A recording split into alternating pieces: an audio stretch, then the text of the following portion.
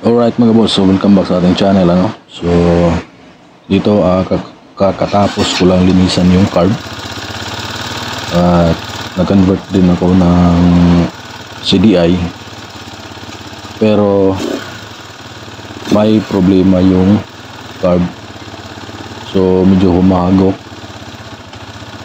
Tapos akala ko sa carb talaga yung problema kasi hard start yung motor. So hindi pala lahat ng hard start carb ang problema.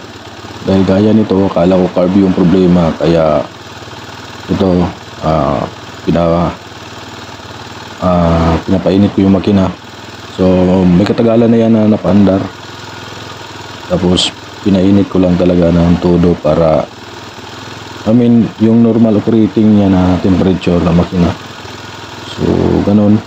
So dapat kapag nagtutuno tayo ng karburador, dapat ganun yung init ng makina. Dapat nasa normal operating na kondisyon yung init niya bago natin ituno. Alright. So para sa akin, hindi naman problema kung brown o kulay kalawang yung spark plug. Ay importante sa akin walang usok at hindi palyado ang motor. Alright, yun naman talaga ang purpose sa atin, hindi naman yung kulay brown. Basta okay lang ang takbo, walang problema sa takbo, walang problema sa starting, idling, full throttle, yun, goods na ako doon kahit na hindi man siya kulay brown. Alright, so dito bali ang ginagawa ko dito, di ko na napakita, tinasan ko na kasi kanina yung minor. Bali ang ginawa natin is hinanap natin yon kung saan ang mababa, kung saan bababa yung nakasit natin na idle. So kapag hinihigpitan mo siya, tataas yung idle niya, RPM tataas, aangat. So ang ginawa ko, baliktad, niluwagan ko siya, hinanap ko yung pinakamababa. Tapos nung nahanap ko na yung pinakamababa, doon ko naman siya binalik at hinanap ko yung mataas na idle na pinaka stable. Okay, so dapat yung pinaka stable, hindi pumuputok yung tambutso, hindi pa putol-putol yung kanyang idle. Dapat yung stable na andar makina na tuloy-tuloy. Pag nahanap mo na yun, yun na yun, huwag mo nang gagalawin. Wala naman kasing exact turns, magkaiba tayo ng motor, magkaiba ang unit natin, magkaiba ng consumption, magkaiba ang ating temperature, kaya magkaiba din ang ikot ng ating air and fuel mixture screw o yung pagtuno ng ating karburador. So magkaiba talaga yan.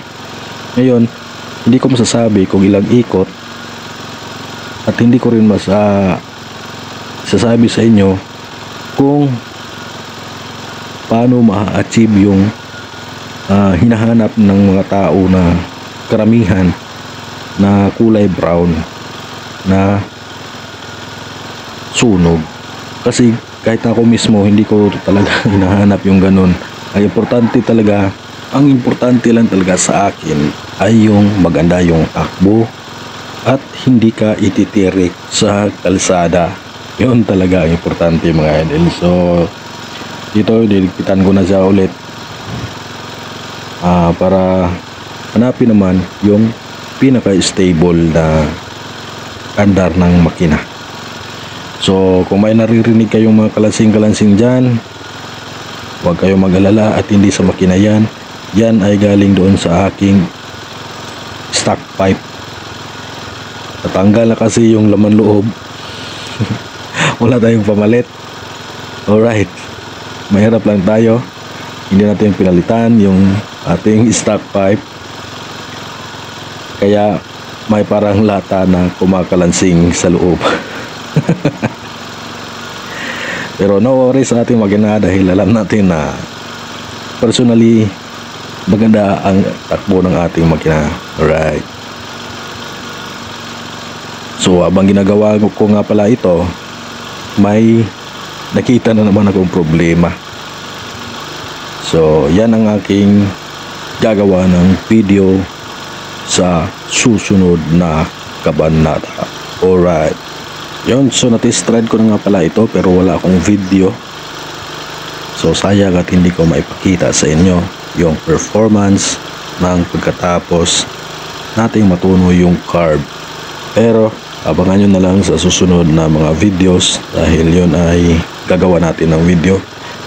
Bali continuation lang din naman yun na okay talaga. Wala naman akong ginawa na sa carb. Andun na yung motor. Hindi ko na ginalaw. Okay na yun. Na-test ko na kahapon. Malakas naman. Wala naman problema.